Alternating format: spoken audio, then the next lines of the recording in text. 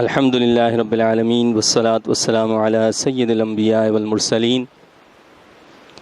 الحمدللہ درس قرآن کی یہ نشست نمبر 191 ہے۔ اس سے پہلے سورۃ النحل کی آیت نمبر 60 تک درس دیا جا چکا ہے۔ آج انشاءاللہ تعالی سورۃ النحل کی آیت نمبر 61 سے درس کا آغاز ہوگا۔ اس میں اللہ رب العزت کا ارشاد پاک ہے: اعوذ باللہ من الشیطان الرجیم بسم اللہ الرحمن الرحیم ولو یؤاخذ اللہ الناس بظلمهم ما ترک علیہا من دابة ولكن يؤخرهم إلى أجل مسمى فإذا جاء أجلهم لا يستأخرون ساعة ولا يستقدمون۔ اور اگر فوراً پکڑ لیا کرتا اللہ تعالیٰ لوگوں کو ان کے ظلم کے باعث، تو نہ چھوڑتا زمین پر کسی جاندار کو، لیکن وہ مہلت دیتا ہے انہیں ایک مقررہ میعاد تک۔ پس جب آ جاتی ہے ان کی مقررہ میعاد، تو نہ وہ ایک لمحہ پیچھے ہو سکتے ہیں اور نہ آگے ہو سکتے ہیں۔ اس سے پہلے مشرکین کے طرز عمل کے حوالے سے بتایا یہ گیا تھا کہ اگر ان کے ہاں بیٹی کی پیدائش ہو جاتی ہے تو اس پر ان کے چہرے کالے پڑ جاتے ہیں، اور وہ یہ سوچنے لگتے ہیں کہ آیا اس کو برداشت کیا جائے یا اسے زمین کے اندر گاڑ دیا جائے۔ تو مقصد یہ ہے کہ یہ مشرکین کا طرز عمل ہے کہ جو بیٹی کی پیدائش کو منحوس سمجھتے ہیں یا اس کے لیے بوجھ سمجھتے ہیں یا اس کو اپنے لیے برا تصور کرتے ہیں۔ اسلام جو ہے وہ بیٹی کو اللہ کی رحمت قرار دیتا ہے۔ تفسیر روح البیان کے اندر یہ آتا ہے کہ ایک مومن کو چاہیے کہ وہ بیٹی کی پیدائش پر بچے سے زیادہ خوشی منائے تاکہ مشرکین کے عمل کا رد ہو سکے۔ اسی طرح ایک حدیث پاک ہے جس کا مفہوم یہ ہے کہ جس عورت کے ہاں پہل بیٹی پیدا ہو، وہ عورت جو ہوتی ہے وہ خوش بخت اور خوش نصیب ہوا کرتی ہے۔ اب اللہ تعالیٰ نے یہاں پر بتایا ہے کہ لوگ جو حضور نبی کریم صلی اللہ علیہ وسلم سے بار بار سوال کرتے تھے عذاب کا کہ جی ہم آپ کی دعوت کو قبول نہیں کرتے، اور آپ کہتے ہیں کہ جی اس پر عذاب آ جائے گا، پکڑ ہوگی، تو وہ کب آئے گا؟ اللہ رب العزت نے اپنے حبیب کریم صلی اللہ علیہ وسلم کو تسلی دی ہے اور بتایا ہے کہ اگر اللہ کا عذاب تم پر نہیں آتا تو یہ اس کی محض رحمت ہے، اس کی رحمت کی وجہ سے تم پر عذاب نازل نہیں ہو رہا۔ اگر اس کا عذاب آ جائے تو کیا فرمایا کہ اگر فوراً پکڑ لیا کرتا اللہ تعالیٰ لوگوں کو ان کے ظلم کے باعث، تو نہ چھوڑتا زمین پر کسی جاندار کو۔ یعنی اگر اللہ تعالیٰ لوگوں کی غلطیوں پر، لوگوں کے گناہوں پر فوراً ان کی پکڑ فرماتا تو پھر اس کائنات میں کوئی بھی زندہ نہ رہتا۔ لیکن اللہ کا ایک قانون ہے، یعنی ایسا نہیں ہے کہ وہ فوراً گناہوں پر پکڑ لیتا ہے، بلکہ وہ مہلت دیتا ہے انہیں ایک مقررہ میعاد تک۔ پس جب آ جاتی ہے ان کی مقررہ میعاد، تو نہ وہ ایک لمحہ پیچھے ہو سکتے ہیں اور نہ آگے ہو سکتے ہیں۔ جب وہ مقررہ وقت آ جاتا ہے تو نہ وہ پیچھے ہو سکتا ہے نہ آگے بڑھ سکتا ہے، پھر اللہ تعالیٰ اس وقت فوراً ان کی پکڑ فرما لیتا ہے۔ وَيَجْعَلُونَ لِلَّهِ مَا يَكْرَهُونَ وَتَصِفُ أَلْسِنَتُهُمُ الْكَذِبَ أَنَّ لَهُمُ الْحُسْنَى، اور تجویز کرتے ہیں اللہ تعالیٰ کے لیے بیٹیاں جنہیں وہ اپنے لیے ناپسند کرتے ہیں۔ بتایا کہ یہ مشرکین اپنے لیے تو بیٹیاں ناپسند کرتے ہیں، اور اللہ جو ان تمام چیزوں سے پاک ہے ان کی طرف، اس رب کی طرف جو ہے وہ بیٹیوں کی نسبت کرتے ہیں کہ یہ فرشتے اللہ کی بیٹیاں ہیں، اور بیان کرتی ہیں ان کی زبانیں جھوٹ جب وہ کہتی ہیں کہ فقط انہی کے لیے بھلائی ہے۔ اب ایک بات یہ تھی کہ وہ کہتے تھے کہ جی اگر بالفرض، جیسے آپ کہتے ہیں کہ انسان جو ہے مر جائے گا اور مرنے کے بعد حساب کتاب ہوگا اور پھر آخرت میں جو ہے جنت اور جہنم ہوگی، تو کہتے تھے کہ جس طرح دنیا میں ہمیں اللہ تعالیٰ نے مال، دولت، عیش، عشرت، خوشی دی ہے، تو وہاں پر بھی یہ سب کچھ اللہ ہمیں دے گا، اس لیے کہ وہ ہم سے راضی ہے، اسی لیے تو دنیا میں یہ ساری نعمتیں ہمیں دی ہیں۔ وہاں بھی تم مفلس رہو گے، یعنی مسلمانوں کو، اہل ایمان کو وہ کیا کہتے تھے کہ یہ وہاں پر بھی ایسے ہی کنگال رہیں گے اور وہاں پر بھی ہمیں یہ ساری نعمتیں ملیں گی۔ اللہ فرماتا ہے کہ بیان کرتی ہیں ان کی زبانیں جھوٹ جب وہ کہتی ہیں کہ فقط انہی کے لیے بھلائی ہے۔ کیا کہتے ہیں وہ؟ وَتَصِفُ أَلْسِنَتُهُمُ الْكَذِبَ أَنَّ لَهُمُ الْحُسْنَى، کہ جی وہاں بھی بھلائی ہمارے لیے ہوگی۔ تو اللہ فرماتا ہے کہ یہ بھلائی ان کے لیے نہیں ہوگی، یہ ان کی زبانیں جھوٹ بول رہی ہیں، بلکہ ان کے لیے کیا ہوگا؟ لَا جَرَمَ أَنَّ لَهُمُ النَّارَ وَأَنَّهُمْ مُفْرَطُونَ، یقیناً ان کے لیے آتش جہنم ہے اور انہی کو دوزخ میں پہلے بھیجا جائے گا۔ فرمایا کہ وہاں ان کو جو ہے یہ نعمتیں نہیں ملیں گی، وہاں تو ان کو سب سے آگے سب سے پہلے جہنم کے اندر ڈالا جائے گا، کیونکہ انہوں نے اللہ کی نعمتوں کی ناشکری کی۔ یعنی اللہ نے جو نعمتیں دنیا میں عطا فرمائی تھیں اس کا تقاضا تو یہ تھا کہ یہ اپنے رب پر ایمان لاتے، اس کی عبادت کرتے، اس کے سامنے جھکتے، اس کے احکامات کی پیروی کرتے، لیکن انہوں نے ایسا نہیں کیا، تو لہٰذا اب آخرت کے اندر آ کر ان کو سب سے آگے سب سے پہلے جہنم میں داخل کیا جائے گا۔ تَاللَّهِ لَقَدْ أَرْسَلْنَا إِلَىٰ أُمَمٍ مِّن قَبْلِكَ فَزَيَّنَ لَهُمُ الشَّيْطَانُ أَعْمَالَهُمْ فَهُوَ وَلِيُّهُمُ الْيَوْمَ وَلَهُمْ عَذَابٌ أَلِيمٌ۔ بخدا ہم نے بھیجا ہے رسولوں کو مختلف قوموں کی طرف آپ سے پہلے۔ اللہ تعالیٰ اپنے حبیب کریم صلی اللہ علیہ وسلم کو آگاہ فرما رہا ہے کہ آپ سے پہلے بھی ہم نے کئی رسولوں کو کئی قوموں کی طرف بھیجا ہے، پس آراستہ کر دیا ان کے لیے شیطان نے ان کے برے اعمال کو۔ لیکن لوگوں کا طرز عمل کیا رہا کہ برے اعمال کو شیطان نے ان کے لیے آراستہ کر دیا۔ جو برائیاں وہ کرتے تھے، جن گناہوں میں وہ مبتلا تھے، وہ اسی کو نیکی سمجھتے تھے، اسی کو اچھائی تصور کرتے تھے، اسی کو بہتری تصور کیا کرتے تھے، تو شیطان نے ان اعمال کو ان کے لیے مزین کر دیا۔ پس وہی ان کا دوست ہے آج بھی اور ان کے لیے عذاب علیم ہے۔ تو فرمایا کہ ایسے لوگ جو ہوتے ہیں جو کیا کرتے ہیں، اللہ کے نبیوں کی بات کو نہیں مانتے، جو شیطان کے پیروکار ہوا کرتے ہیں، تو دنیا میں بھی ان کا دوست شیطان ہوتا ہے اور آخرت میں ان کے لیے دردناک عذاب ہوا کرتا ہے۔ وَمَا أَنزَلْنَا عَلَيْكَ الْكِتَابَ إِلَّا لِتُبَيِّنَ لَهُمُ الَّذِي اخْتَلَفُوا فِيهِ۔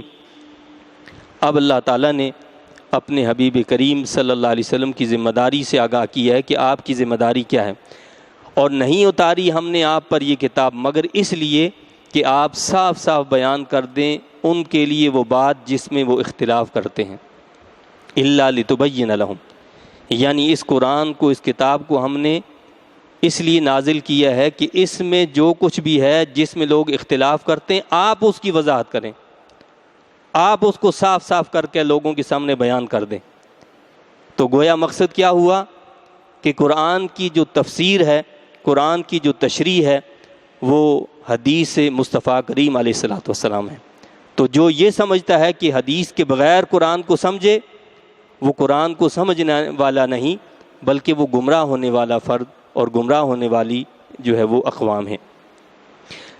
وَهُدًى وَرَحْمَةً لِقَوْمٍ يُؤْمِنُونَ، اور یہ کتاب سراپا ہدایت اور رحمت ہے اس قوم کے لیے جو ایماندار ہے۔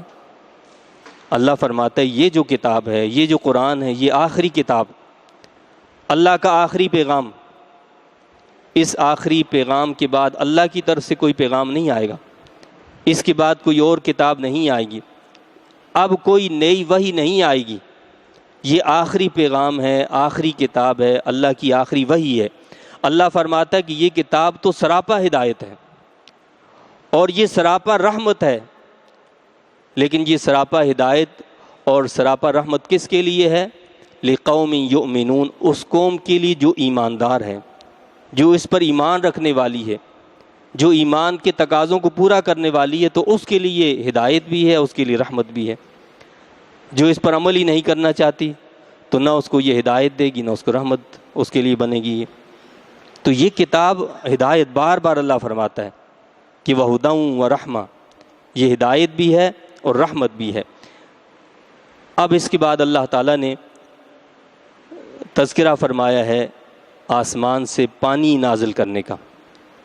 وَاللَّهُ أَنزَلَ مِنَ السَّمَاءِ مَاءً فَأَحْيَا بِهِ الْأَرْضَ بَعْدَ مَوْتِهَا، اور اللہ تعالیٰ نے اتارا آسمان سے پانی، پھر زندہ کیا اس سے زمین کو اس کے بنجر بن جانے کے بعد۔ زمین بنجر بن گئی، وہ خشک ہو گئی، اس کے اندر کوئی تر و تازگی نہیں تھی۔ اللہ نے بارش برسائی تو زمین تر و تازہ ہو جاتی ہے، ہر طرف ہریالی نظر آنے لگتی ہے۔ یہ اللہ کی شان اور یہ قدرت ہے اس کی۔ ان فی ذلک لآیۃ لقوم یسمعون، بے شک اس میں کھلی نشانی ہے ان لوگوں کے لیے جو حق کی آواز سنتے ہیں۔ تو یہ نشانی کس کے لیے ہے؟ اللہ نے یہ نہیں فرمایا کہ یہ نشانی ان لوگوں کے لیے کہ جو اس کو آنکھوں سے دیکھتے ہیں کہ زمین کیسے تر و تازہ ہو رہی ہے، بلکہ کیا فرمایا؟ یہ نشانی ان لوگوں کے لیے ہے لقوم یسمعون، وہ قوم جو حق کی آواز سننے والی ہے، سن کر اس کو سمجھنے والی ہے۔ تو کیا مقصد ہے؟ یعنی اس کا تعلق پچھلی آیت سے ہے۔ یہ نشانی اس قوم کے لیے ہے جو اللہ کی کتاب قرآن کو سنتی ہے، سمجھتی ہے، اس پر عمل پیرا ہوتی ہے، اس قوم کے لیے یہ نشانی ہے کہ وہ اس سے عبرت حاصل کرتے ہیں اور اس سے غور و فکر کی راہیں ان کے لیے کھل جاتی ہیں۔ اور یہاں یہ اشارہ دیا گیا ہے کہ جس طرح آسمان سے پانی نازل ہوتا ہے اور خشک زمین جو ہے سرسبز و شاداب ہو جاتی ہے، اور یہ پانی انسان کی زندگی کی بقا کے لیے ضروری ہے۔ اگر یہ پانی نہ ملے تو انسان زندہ نہیں رہ سکتا۔ بالکل فرمایا کہ اسی طرح انسان کی ایمانی اور روحانی قوت کے لیے اس اللہ کی کتاب کو پکڑنا یہ ضروری ہے۔ یعنی آسمانی وحی جو اللہ نے نازل کی ہے، اس وحی کے جو اللہ نے نازل فرمایا قرآن کو، اس کتاب کو، تو یہ انسان کی روح کے لیے اور اس کے ایمان کے لیے ضروری ہے۔ اگر کسی کے ایمان کے اندر، کسی کی روح میں یہ قرآن شامل نہیں ہوتا تو اس کی روح کو ترقی نہیں مل سکتی، اس کی روح کو غذا نہیں حاصل ہو سکتی۔ وَإِنَّ لَكُمْ فِي الْأَنْعَامِ لَعِبْرَةً، اب اللہ تعالیٰ نے دیگر چیزوں سے جو ہے ہمیں متوجہ کیا ہے کہ اللہ تعالیٰ کی قدرت کی یہ نشانیاں کہ ان میں غور و فکر کرو کہ وہ واحد اور یکتا جو ہے وہ خدا ہے۔ فرمایا کہ اور بے شک تمہارے لیے مویشیوں میں ایک عبرت ہے۔ نسقیکم مما فی بطونہ من بین فرث ودم لبنا خالصا سائغا للشاربین، دیکھو ہم تمہیں پلاتے ہیں جو ان کے شکموں میں گوبر اور خون ہے، ان کے درمیان سے نکال کر خالص دودھ۔ یہ اللہ کی قدرت کی کیسی عجیب نشانی ہے۔ اللہ فرماتا ہے کہ یہ جو جانور ہیں، یہ مویشی ہیں، ان میں ہی غور کر لو ذرا کہ ان کے معدے میں جو غذا جاتی ہے، ایک طرف گوبر جاتا ہے، ایک طرف خون ہوتا ہے، اور اس کے درمیان سے اللہ تعالیٰ خالص دودھ نکالتا ہے۔ اب نہ اس کے اندر گوبر شامل ہوتا ہے، نہ اس میں خون شامل ہوتا ہے، نہ گوبر کی اس میں بدبو آتی ہے، نہ اس میں خون کا کوئی قطرہ نظر آتا ہے۔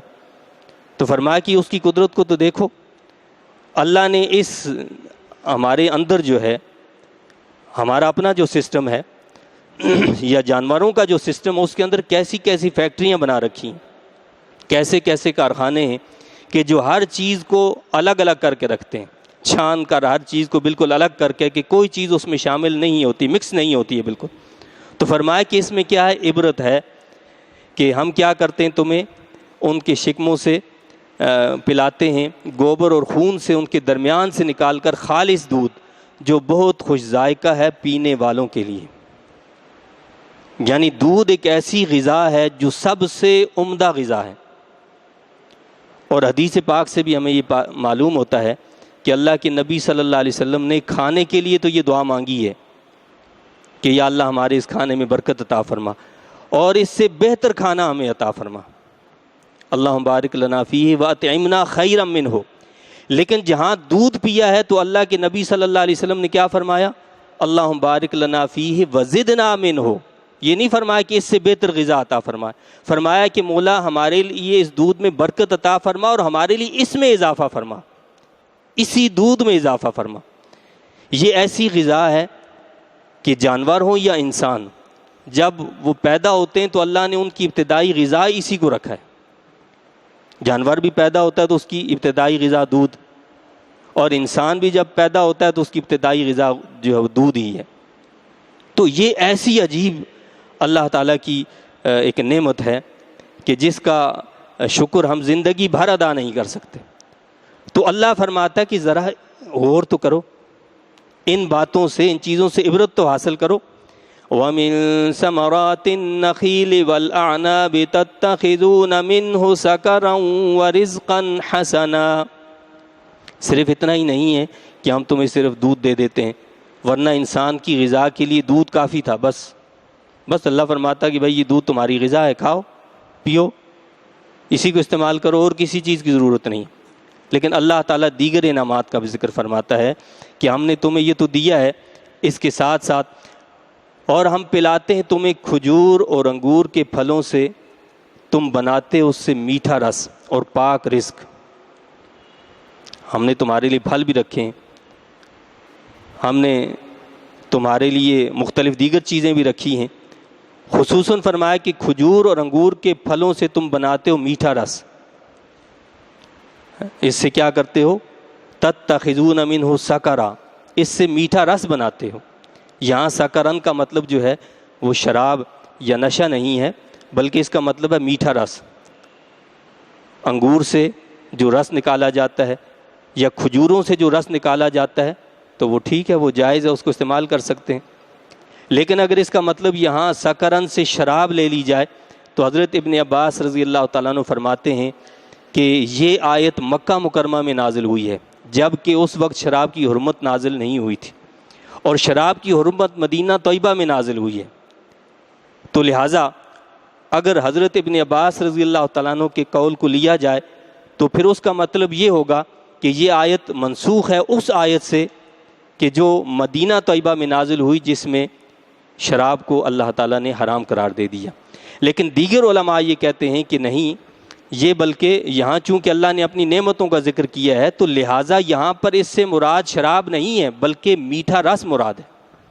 یہاں مراد کیا؟ میٹھا رس ہے، اور وہ اللہ کی نعمتوں میں سے ایک نعمت ہے۔ تو فرمایا کہ تم بناتے ہو اس سے میٹھا رس اور پاک رزق۔ ان فی ذلک لآیۃ لقوم یعقلون، بلا شبہ اس میں بھی ہماری قدرت کی نشانی ہے ان لوگوں کے لیے جو سمجھدار ہیں۔ وَأَوْحَى رَبُّكَ إِلَى النَّحْلِ أَنِ اتَّخِذِي مِنَ الْجِبَالِ بُيُوتًا وَمِنَ الشَّجَرِ وَمِمَّا يَعْرِشُونَ، اور ڈال دی آپ کے رب نے شہد کی مکھی کے دل میں یہ بات۔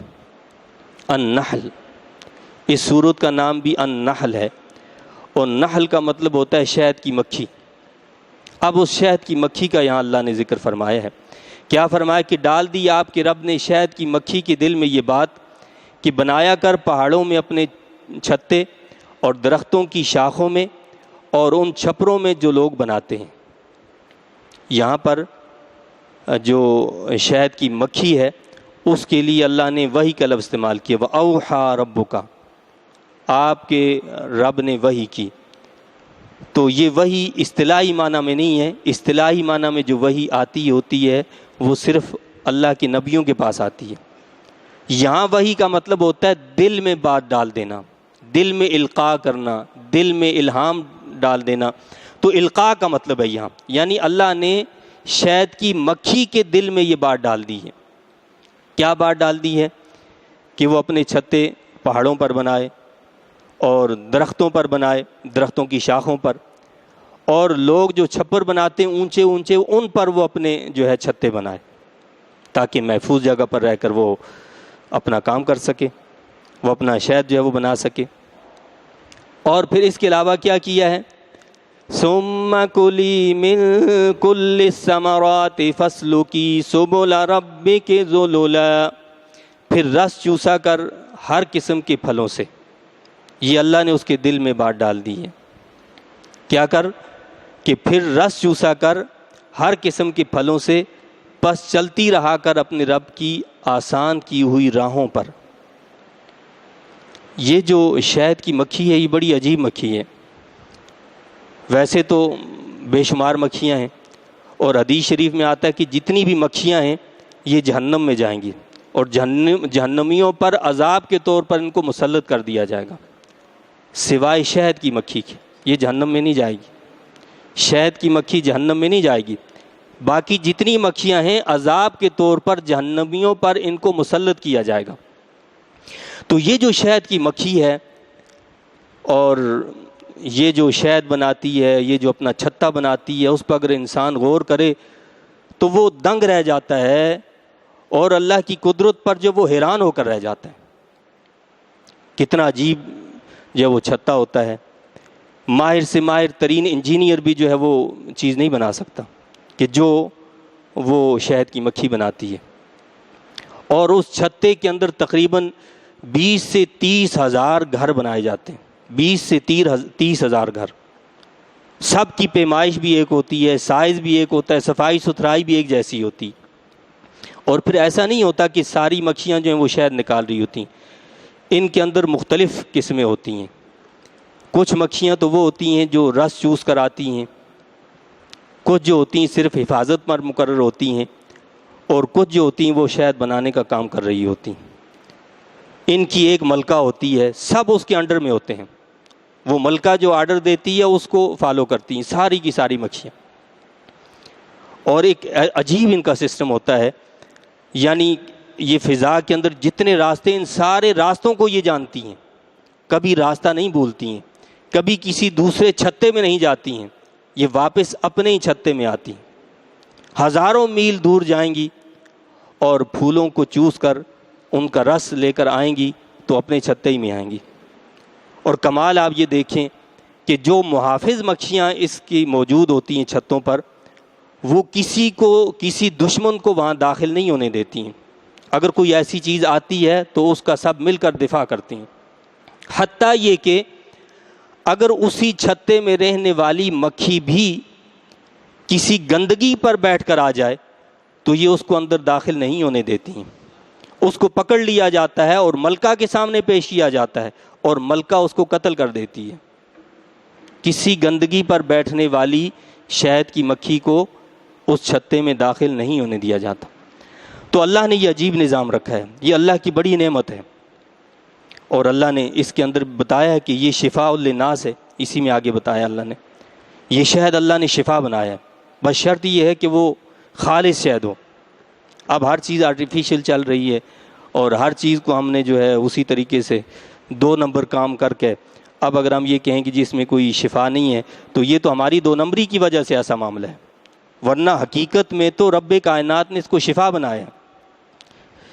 جو یورپی سائنسدان ہیں انہوں نے اس پر بڑی تحقیق کی ہے، کینیڈا کے اندر ایک جو ہے رسالے کے اندر اس کی بڑی ریسرچ اور تحقیق ہوئی، اور اس میں کئی بیماریوں کا علاج صرف شہد سے بتایا گیا، اور خصوصاً جو ہارٹ ڈیزیزز ہوتی ہیں، جو قلب کی بیماریاں ہوتی ہیں، دل کی بیماریاں ہوتی ہیں، اس کے لیے اس کو بہترین علاج قرار دیا کہ شہد اور اس کے ساتھ دارچینی جو ہوتی ہے، یعنی 3 چمچے شہد اور 1 چمچہ دارچینی جو ہے، دارچینی کا سفوف جو ہوتا ہے، اس کو ملا کر 3 ٹائم صبح دوپہر شام، آپریشن والے جو لوگ ہیں یعنی جن کا ہارٹ آپریشن ہوا ان تک کے لیے انہوں نے بتایا ہے کہ اگر وہ اس کو استعمال کریں تو انشاءاللہ وہ بھی صحیح ہو جائیں گے۔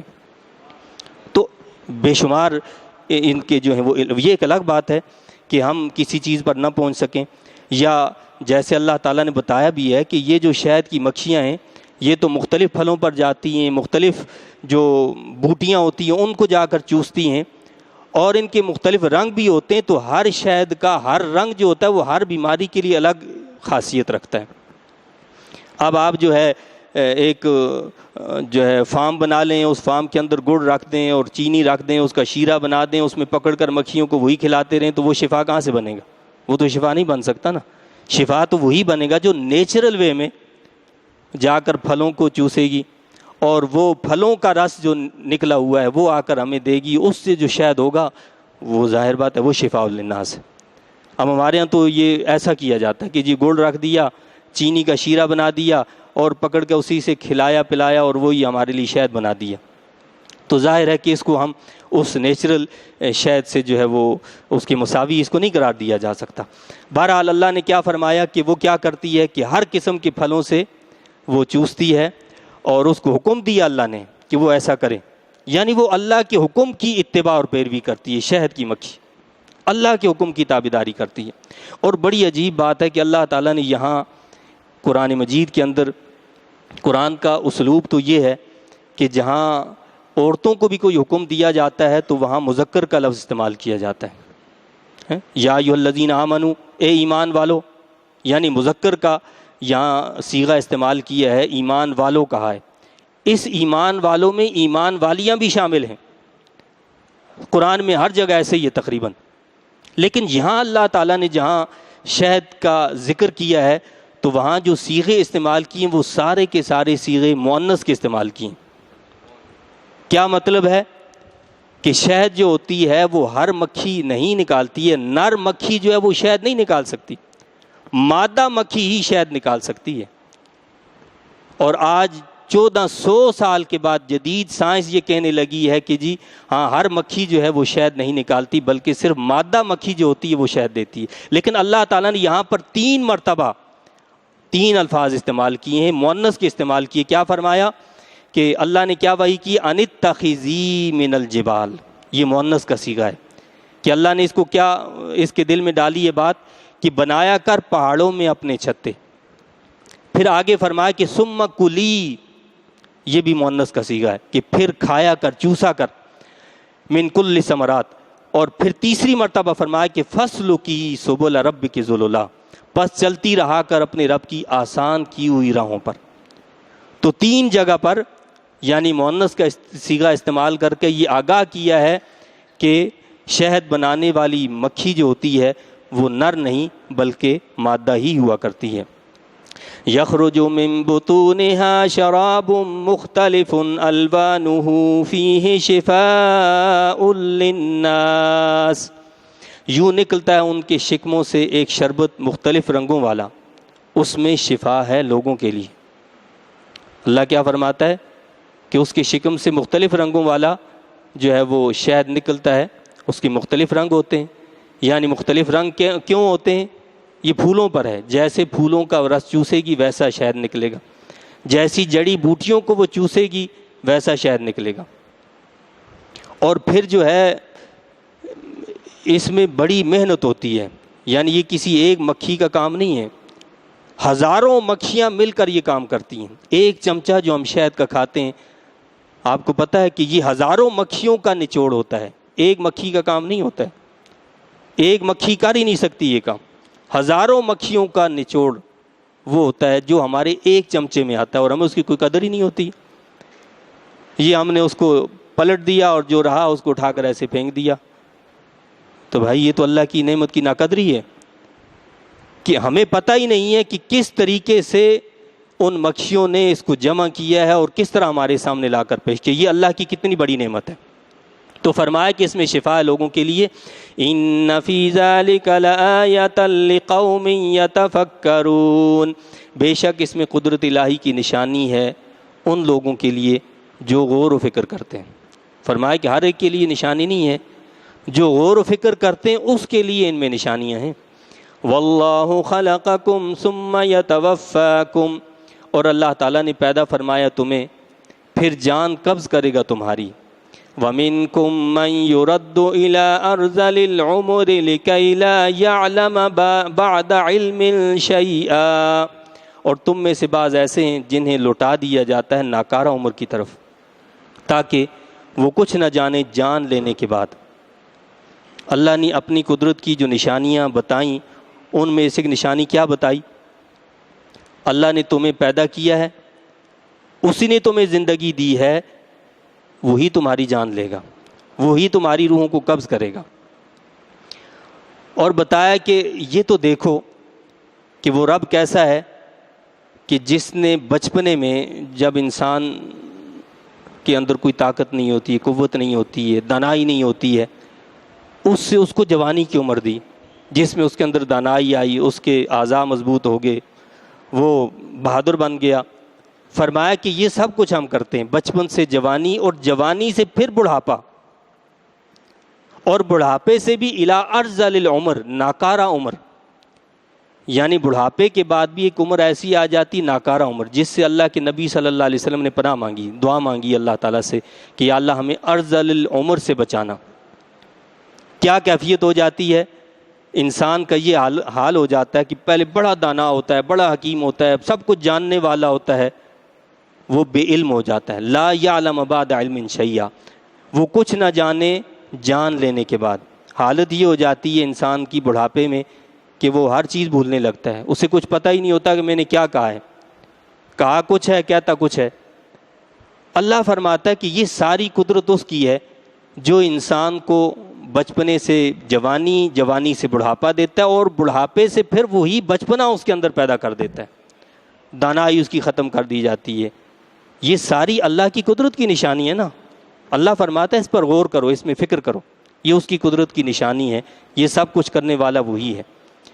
اور بعض اہل علم نے یہ کہا ہے کہ جو شخص حدیث سے محبت رکھتا ہو اور حدیث سے شغف رکھتا ہو، احادیث کو پڑھتا ہو، اس کو پھیلاتا ہو، اس پر عمل کرتا ہو، انشاءاللہ وہ ارذل العمر کو نہیں پہنچے گا، یعنی اس کی بڑھاپے کے اندر بھی یہ کیفیت نہیں ہوگی کہ وہ بالکل ایسا ہو جائے کہ لوگوں کے لیے بوجھ بن جائے، یا وہ بالکل سب کچھ بھول جائے۔ ایسی صورت کیوں نہیں ہوگی کہ اللہ کے نبی صلی اللہ علیہ وسلم نے ایسے لوگوں کے لیے دعا فرمائی ہے کہ اللہ ان کو تر و تازہ رکھے، اللہ ان کو کیا کرے؟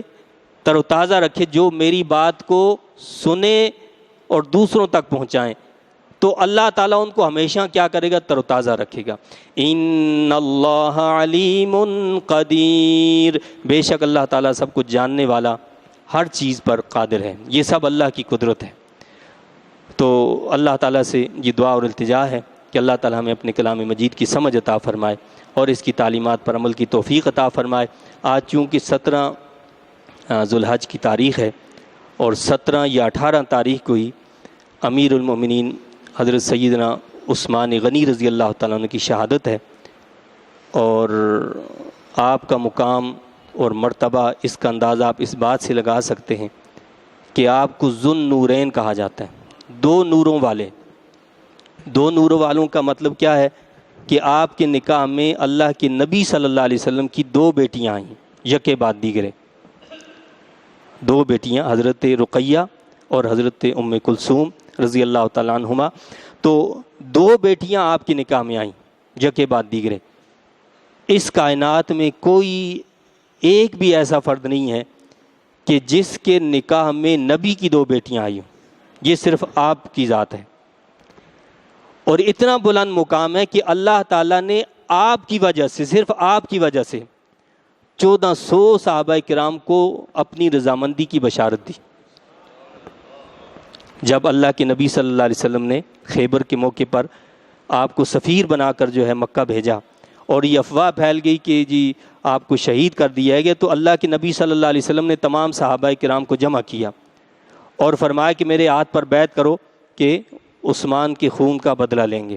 تو اس وقت اللہ نے قرآن میں اعلان کیا، ان الذین یبایعونک انما یبایعون اللہ ید اللہ فوق ایدیہم۔ تو یہاں اللہ نے اعلان کیا اسی میں آگے کہ اللہ تعالیٰ ان سب سے راضی ہو گیا کہ جنہوں نے بیعت رضوان کی آپ سے۔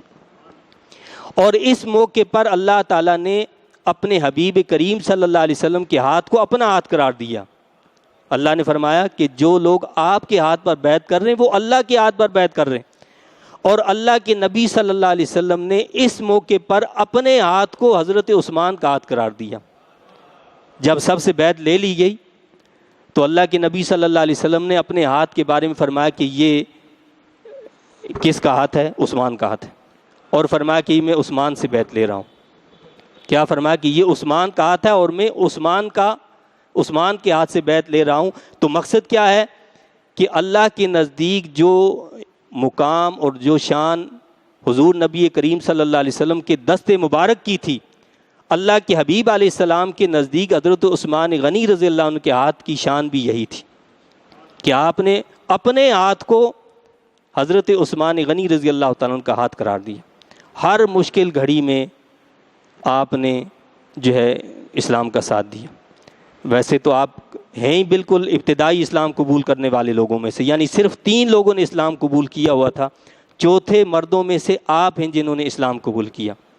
اور اسلام قبول کرنے کی پاداش میں بڑی مصیبتیں اور مشکلات جو ہیں آپ کو جھیلنی پڑیں، آپ نے سب برداشت کی، اور آپ نے کہا کہ اسلام کو نہیں چھوڑوں گا۔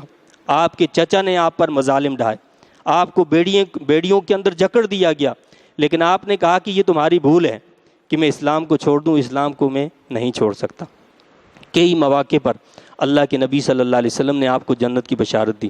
غزوہ تبوک کے موقع پر سب سے زیادہ مال پیش کرنے والے آپ تھے، اور اللہ کے نبی صلی اللہ علیہ وسلم نے اس وقت بھی آپ سے خوش ہو کر کیا فرمایا کہ عثمان جو ہے نا وہ جنت میں ہے، اور آج کے بعد جو عمل کریں ان کو کوئی عمل نقصان نہیں پہنچا سکتا ہے۔ عشرہ مبشرہ میں سے، یعنی وہ 10 صحابہ جن کو اللہ کے نبی صلی اللہ علیہ وسلم نے اس دنیا کے اندر جنت کی بشارت دی، ان میں سے ایک آپ ہیں۔ اور ایک موقع پر اللہ کے نبی صلی اللہ علیہ وسلم نے اللہ کی بارگاہ میں ہاتھ پھیلائے اور کیا فرمایا کہ اے مولا، عثمان سے میں راضی ہوں، تو بھی اس سے راضی ہو جا۔ تو جن کے لیے خود اللہ کے نبی صلی اللہ علیہ وسلم دعا فرمائیں تو ان کا مقام کتنا بلند ہوگا۔ اور یہی وہ عثمان غنی رضی اللہ تعالیٰ عنہ ہیں جن کا یہ احسان ہے کہ یہ قرآن آج ہمارے سامنے جو اس شکل میں موجود ہے، یہ ہم تک پہنچانے والے حضرت عثمان غنی رضی اللہ تعالیٰ عنہ، یعنی ایک قرات پر جمع کرنے والے حضرت عثمان غنی رضی اللہ تعالیٰ نے۔ پہلے مختلف قراتوں میں قرآن جو پڑھا بھی جاتا تھا، اس کے نسخے بھی تھے، لیکن مسلمانوں میں کافی اختلافات پیدا ہو گئے، تو تب حضرت عثمان غنی رضی اللہ تعالیٰ عنہ نے یہ ایک نسخہ جو قریش کی زبان میں تھا، اس کو تمام اسلامی ممالک کے اندر رائج کیا، اور تقریباً آپ نے 12 سال حکومت فرمائی۔ 12 سال حکومت تقریباً آپ نے فرمائی، اور اس عرصے میں کبھی آپ نے خلافت کا وظیفہ حاصل نہیں کیا، بلکہ آپ اپنے پاس سے دوسرے لوگوں کو دیتے رہے، اور ازواج مطہرات کا وظیفہ آپ نے صحابہ کرام سے زیادہ بڑھا دیا۔ یعنی پہلے برابر تھا وظیفہ جو صحابہ کرام کو ملا کرتا تھا، وہی جو ازواج مطہرات کو بھی ملا کرتا تھا، تو آپ نے اپنی خلافت میں کیا کیا، ازواج مطہرات کے وظیفے کو آ کر بڑھا دیا۔ تو اللہ تعالیٰ نے آپ پر بڑے انعامات اور اکرامات کیے۔ ایک حدیث شریف میں آتا ہے کہ جنت میں حضرت سیدنا عثمان غنی رضی اللہ تعالیٰ عنہ کی سفارش سے 70,000 ایسے لوگ داخل ہوں گے جو بلا حساب و کتاب کے داخل کیے جائیں گے، اور ایسے لوگ ہوں گے جو جہنم کے مستحق ہو چکے ہوں گے، جہنم جن پر واجب ہو چکی ہوگی، صرف حضرت عثمان غنی رضی اللہ تعالیٰ عنہ کی سفارش سے وہ جنت میں داخل کیے جائیں گے۔ اللہ تعالیٰ سے دعا اور التجا ہے کہ اللہ تعالیٰ ہمیں بھی ان لوگوں میں شامل فرما دے کہ جن کی سفارش کرنے والے حضرت سیدنا عثمان غنی رضی اللہ تعالیٰ عنہ ہوں۔ آمین۔ وآخر دعوانا وان الحمد للہ رب العالمین۔